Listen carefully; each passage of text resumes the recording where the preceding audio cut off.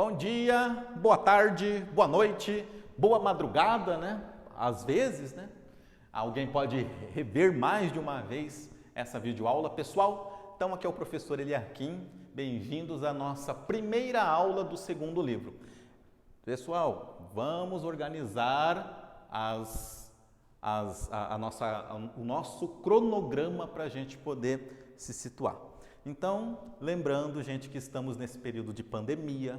Isso é um problema grave, isso é um problema sério, é um problema de saúde pública, né? Então, é um direito e um dever de todos. Por isso, nós estamos aqui gravando, adaptando o método de ensino para que você continue no isolamento social, principalmente protegendo quem nós amamos, que são as pessoas em grupos de risco, né? Que geralmente vão ser aquele tio mais velho, a madrinha, o avô, a avó, aqueles ainda que têm o biso ou a bisa, né?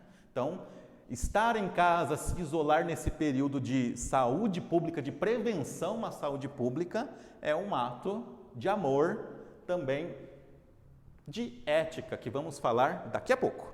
Pessoal, agora aqui do lado, eu vou mostrar para vocês, olha só como que é a capa do livro que vocês receberão. Esse é o livro 2 da nossa disciplina, já está disponível, os responsáveis poderão estar entrando em contato para estar adquirindo e a partir dessa aula nós vamos já fazer as listas de exercício, a leitura de alguns textos e alguns trabalhos de pesquisa ocupando todo o nosso material didático, tá? Sem exceção.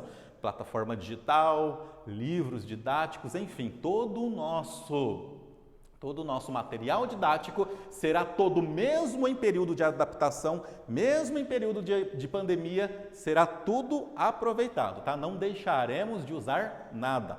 Todas as dúvidas que vocês tiverem, todas as informações, enfim, se algum pai responsável tiver alguma dúvida e que isso não ficou claro nesse vídeo, eu peço por gentileza que entre em contato pelo e-mail, tá? Pode ser em contato com a escola, que depois a escola fala comigo, ou então pelo meu e-mail que eu deixei na plataforma, que deixei naquela sala de aula digital, já que vocês estão fazendo as atividades por meio dela. Lá eu deixei desde a primeira atividade, deixei o meu e-mail também.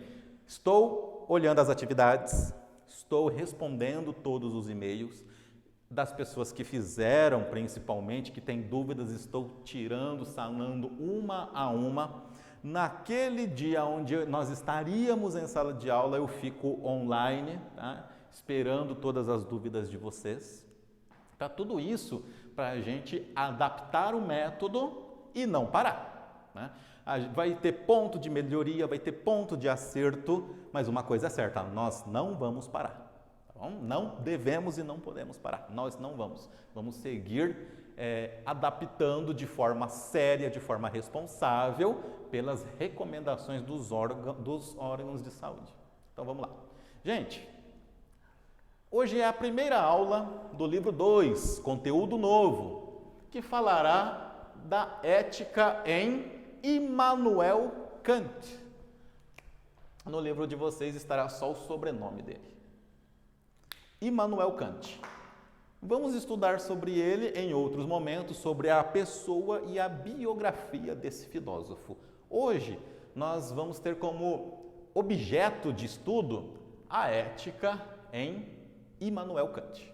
Então vamos lá, gente. Vamos conceituar algumas coisas, vamos relembrar de algumas coisas, para que a gente possa dar uma retomada. Até porque a gente está nessa quarentena, então a gente vem recapitulando.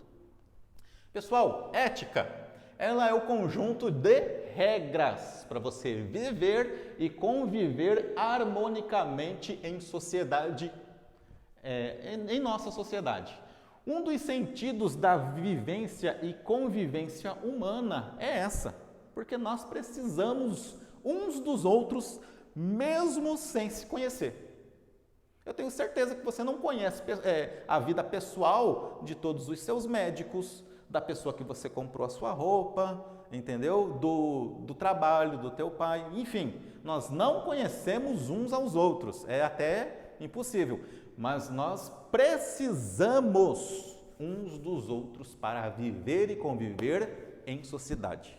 Esse é o sentido de vivermos em sociedade.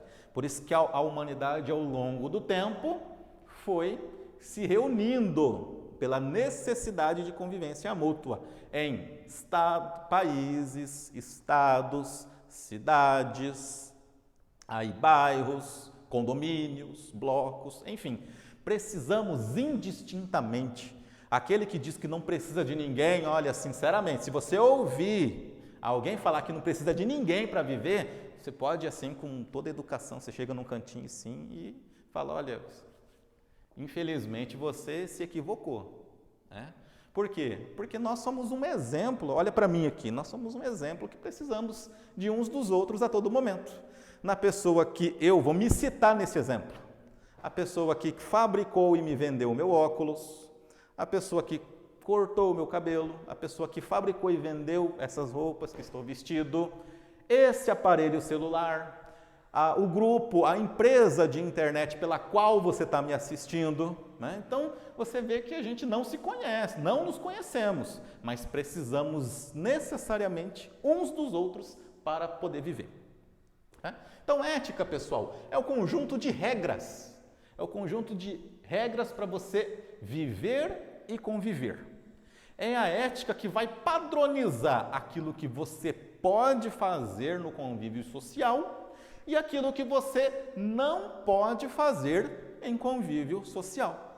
Ao longo do tempo, a sociedade usou alguns instrumentos que são instrumentos jurídicos, e esses instrumentos, eles são chamados de lei.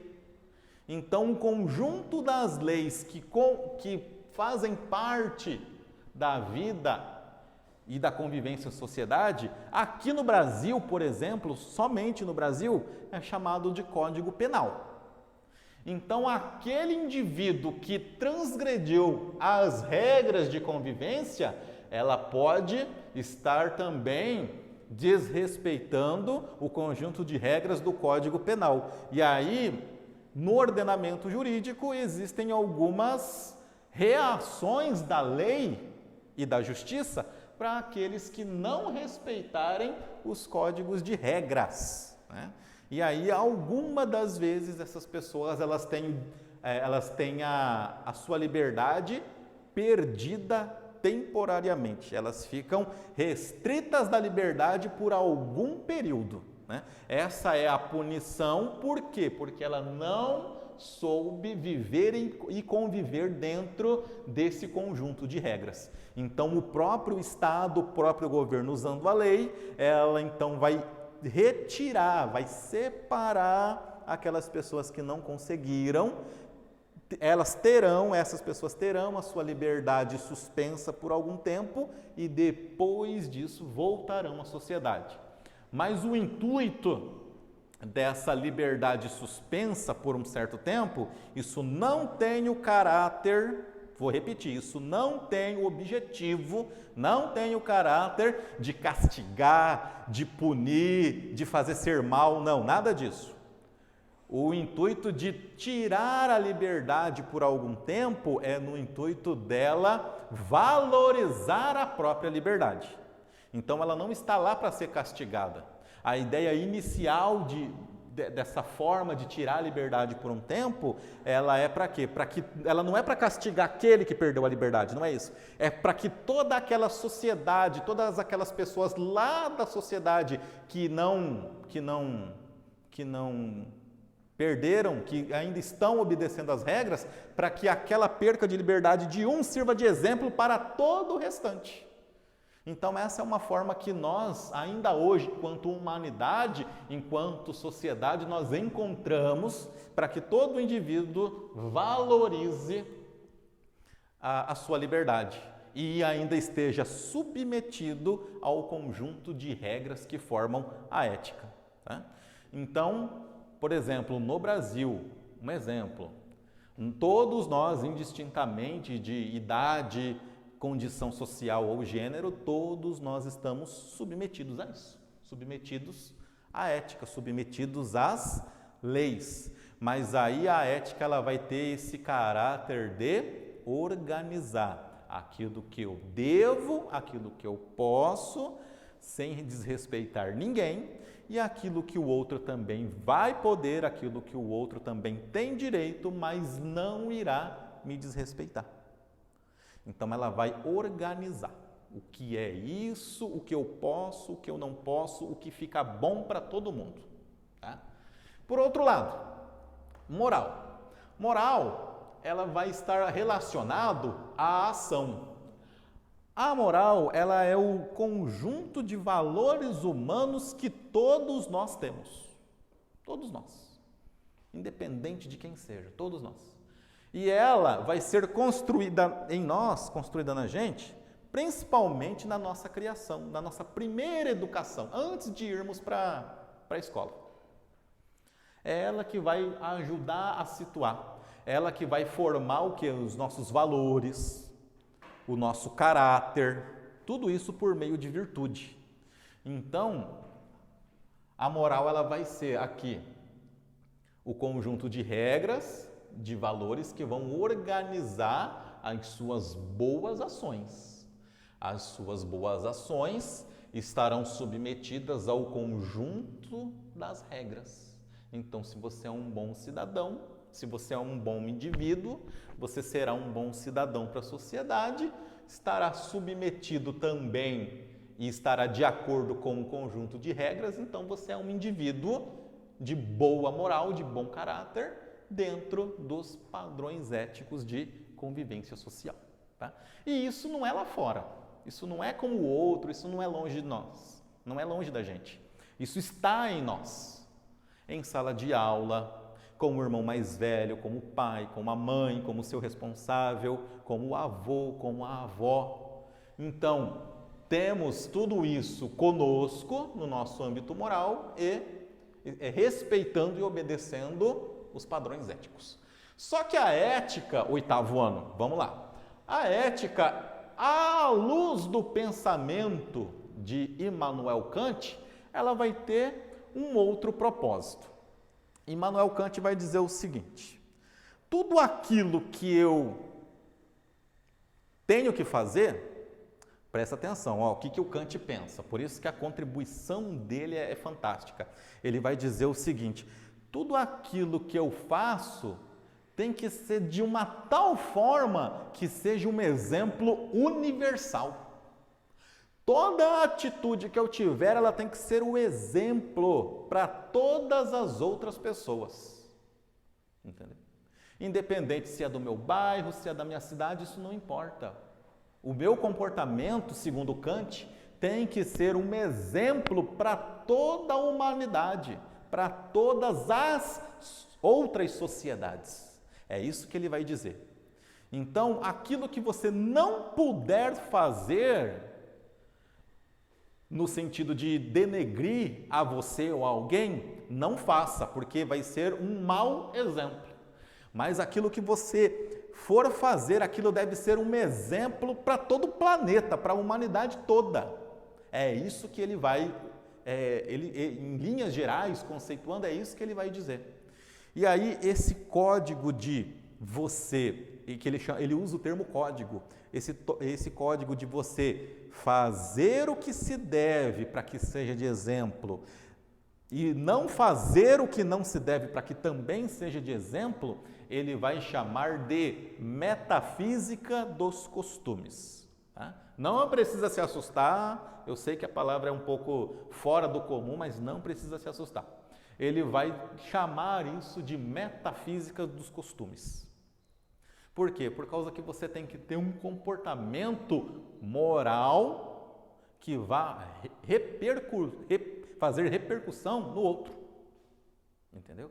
Então, Kant, ele vai dizer o seguinte: você tem que agir de acordo com os valores, de acordo com a virtude. Você tem que exercer isso a todo momento. Então, quando você, a partir do pensamento de Kant, quando você promete algo para alguém, você tem o dever, você tem a obrigação de cumprir aquilo que você prometeu para alguém. Por quê? Porque quando você promete algo para alguém, você está fazendo duas coisas. No mínimo, você está afirmando a sua capacidade de ter compromisso com alguém, e esse alguém, ele terá uma expectativa sobre você. Então, para Kant, para o Immanuel Kant, à luz do pensamento dele, isso é importantíssimo. Palavra para ele tem poder. Palavra move o mundo. Ele é daquele tipo de pessoa, vamos exemplificar de um jeito mais fácil, ele é daquele tipo de pessoa que para você comprar ou vender, você não precisa nem de contrato. Não precisa.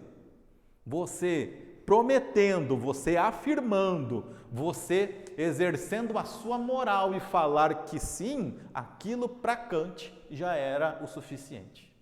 Sendo desnecessário recibo, contrato, garantia, né? Essas burocracias e esses direitos de lei que as pessoas quando vendem e compram têm, Kant vai dizer que não seria necessário isso se cada um de nós fosse moral e ético. Então, à luz do pensamento de Kant, isso abrange várias outras formas do conhecimento. Isso vai para a política, isso vai para as relações de convívio, isso vai para o seu trabalho, para o trabalho dos seus pais, e isso vai para as religiões também. Então, em alguns dos livros que ele fala, que ele escreveu, ele fala o seguinte, um deles é uma obra dele que se chama Crítica à Razão Pura. É um livro extenso, de palavras assim desconhecidas. Então, eu resumi ele para vocês. Então, ele vai dizer nesse livro o seguinte, à luz da religião que, se você é religioso, independente da sua crença e da sua religião, você não tem que ser bom esperando alguma recompensa religiosa, que poderá ser salvação, poderá ser graça, bênção. Kant vai dizer que não, você tem que fazer o bem de forma desinteressada, né? Não que algumas religiões vão propor que quanto mais você abençoar, mais será abençoado. Quanto mais você der, mais você vai receber. Quanto mais você ter fé, uma recompensa você vai ter. Kant ele vai abominar tudo isso. Ele fala, não, ser bom é uma ação do juízo moral de cada um, de cada indivíduo. Então, ele chega ao ponto de não afirmar, mas ele chega a presumir no seu livro que o sentido da ética e o sentido da vida é ser bom, independente de qualquer doutrina, de qualquer crença e qualquer participação de grupo que você tenha. Você não tem que ser bom porque você vai ser recompensado ou porque aquilo faz parte daquele grupo. Ele diz que não. Ele diz que a bondade ela vai ser a consequência das suas boas ações. Então, ele trata isso com disciplina elevada, com um pouco de rigidez e esse compromisso em ser virtuoso, em adquirir boas ações, em fazer boas ações, adquirindo assim os seus valores morais e os seus valores éticos. Pessoal, para a primeira aula do livro 2, é necessário que vocês tenham isso em mente, tá? Fui bem sucinto com vocês, explicando o que é ética a partir do pensamento de Kant e citei exemplos do dia a dia. Então, pessoal, para dúvidas, reações ou qualquer comunicado comigo, vocês podem entrar em contato por meio da plataforma digital, o meu e-mail está lá, ou então com a escola também. A partir da segunda aula eu vou passar algumas atividades do novo livro e estarei à disposição de todos vocês. Pessoal, lembrando, estamos num problema de crise social e também crise na saúde pública. Portanto, fique em casa e proteja quem você ama. Estarei à disposição. Até a próxima aula. Um abraço!